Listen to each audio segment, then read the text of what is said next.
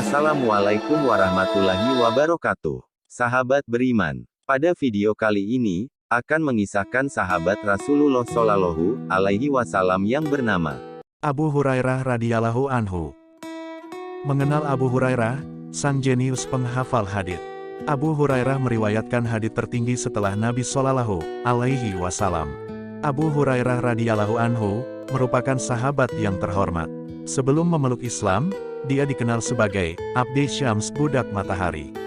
Setelah masuk Islam, Nabi Muhammad SAW memberinya nama Abdurrahman, budak maha penyayang, dan memberinya julukan Abu Hurairah, ayah dari anak kucing.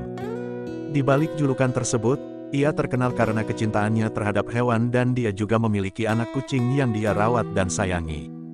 Kucingnya biasanya menemaninya kemana-mana. Oleh karena itu, ia disebut Abu Hurairah. Rasulullah Shallallahu Alaihi Wasallam biasa memanggilnya dengan nama panggilan ini. Dikutip dari Islam Web, Abu Hurairah radhiyallahu anhu lahir dari suku Daus, merupakan salah satu klan Arab. Ia masuk Islam pada tahun 7 Hijriah saat Perang Khaybar.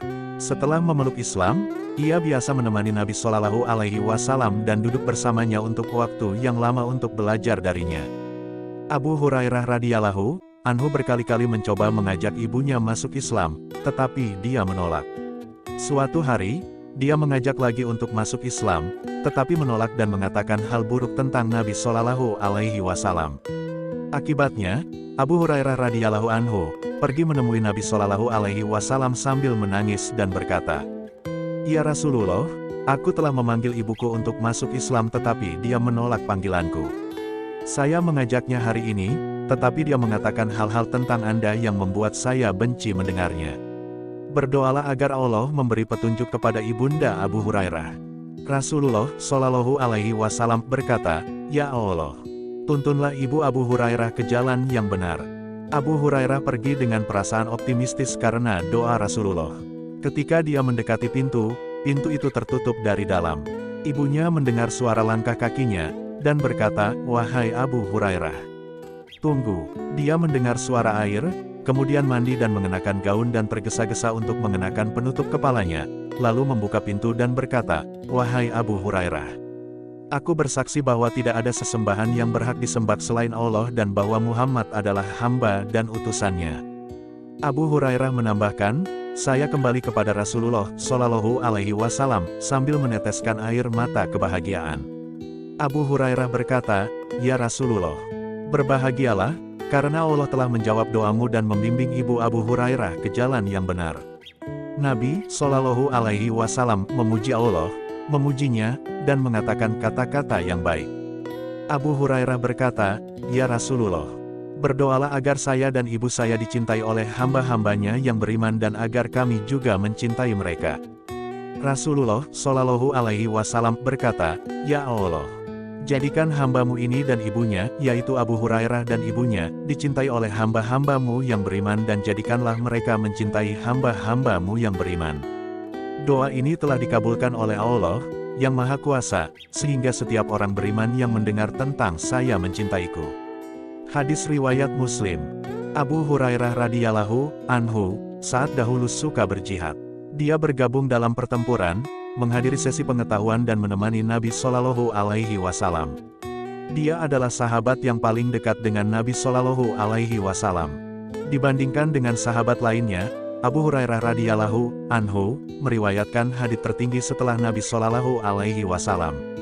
Salah satu sahabat berkata tentang dia, Abu Hurairah meriwayatkan banyak hadits dan Muhajirin dan Ansar tidak meriwayatkan seperti dia.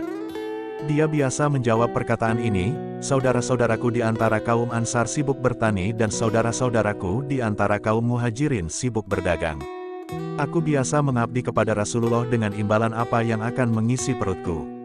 Jadi, saya menyaksikan situasi apapun jika mereka tidak hadir dan menghafal jika mereka lupa."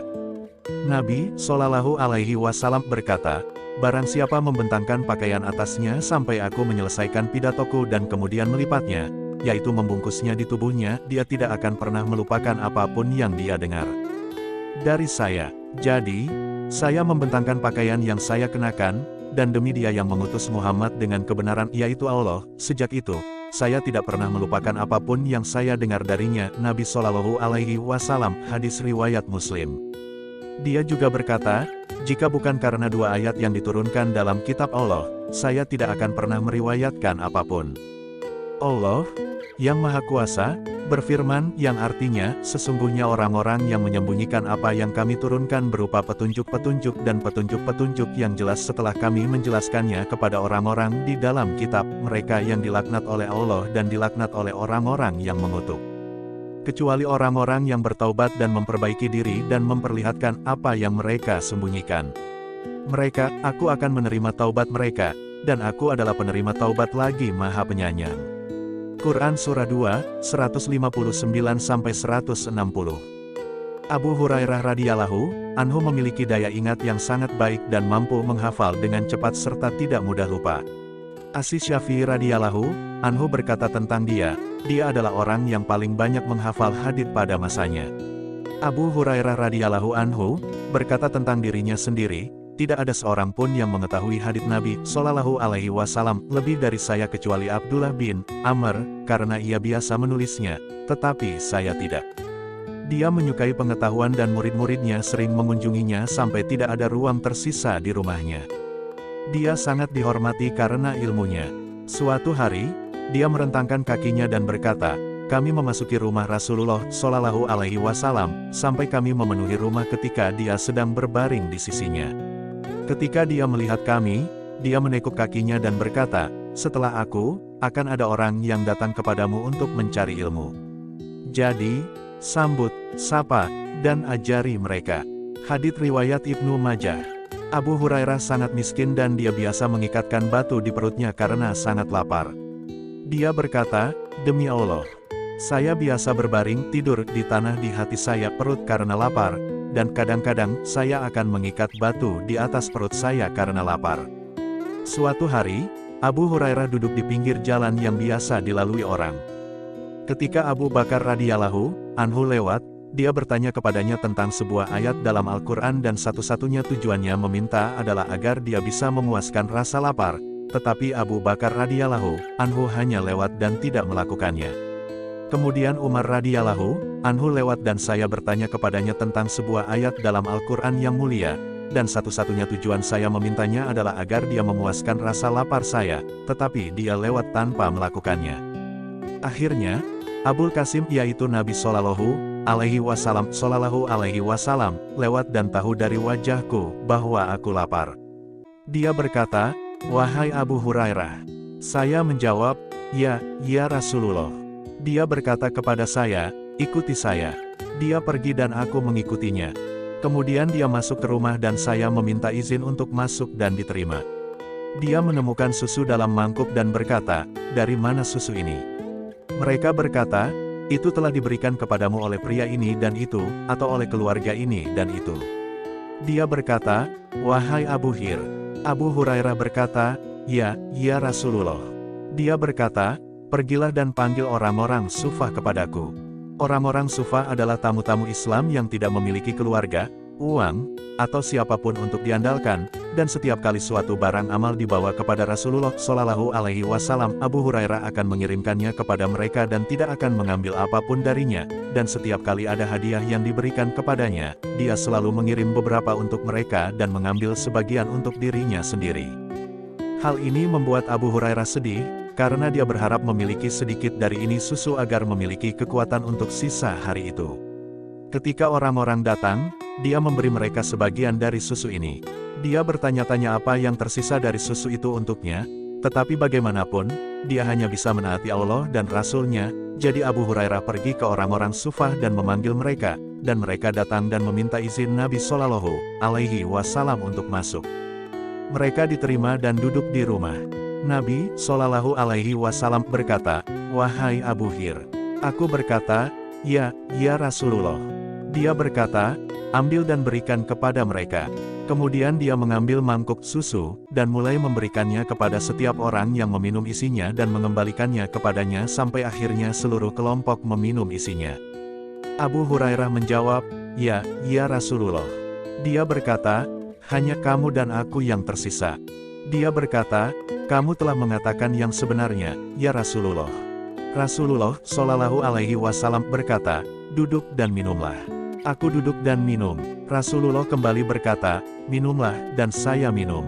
Dia terus menyuruh saya minum berulang kali, sampai Abu Hurairah berkata, "Tidak.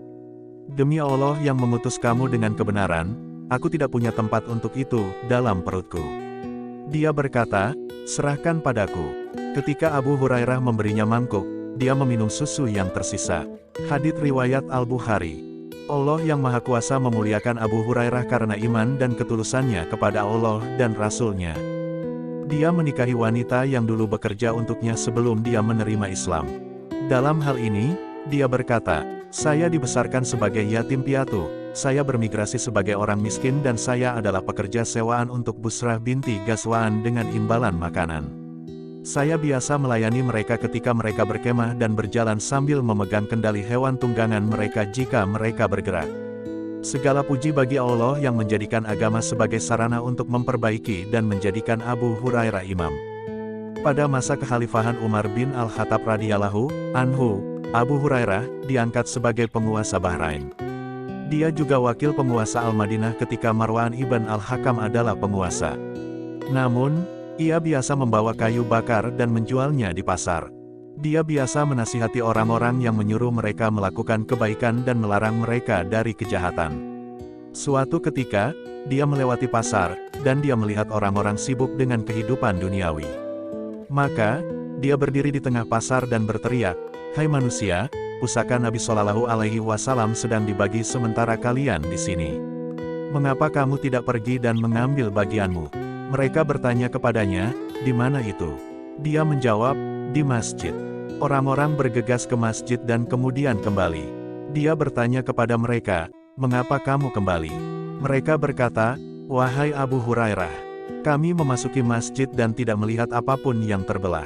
Dia bertanya kepada mereka, "Apa yang kamu lihat?" Mereka menjawab, "Kami melihat beberapa orang berdoa, yang lain membaca Al-Quran dan yang lain mempelajari apa yang halal dan apa yang haram." Abu Hurairah radhiyallahu anhu berkata, "Ini adalah warisan Nabi Muhammad."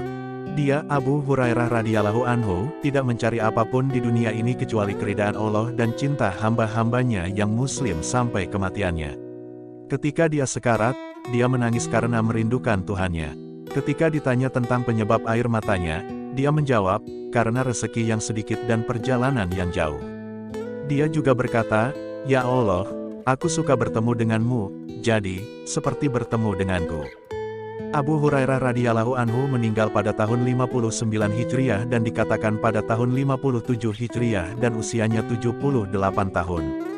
Dia dimakamkan di Al-Baqi, setelah menyebarkan pengetahuan ke seluruh negeri dan meriwayatkan lebih dari 5.000 hadits.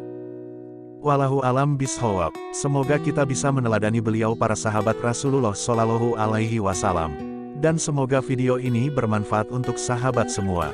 Terima kasih sudah menonton video ini, dukung channel ini dengan cara subscribe dan like video ini. Sampai jumpa di video selanjutnya. Assalamualaikum warahmatullahi wabarakatuh.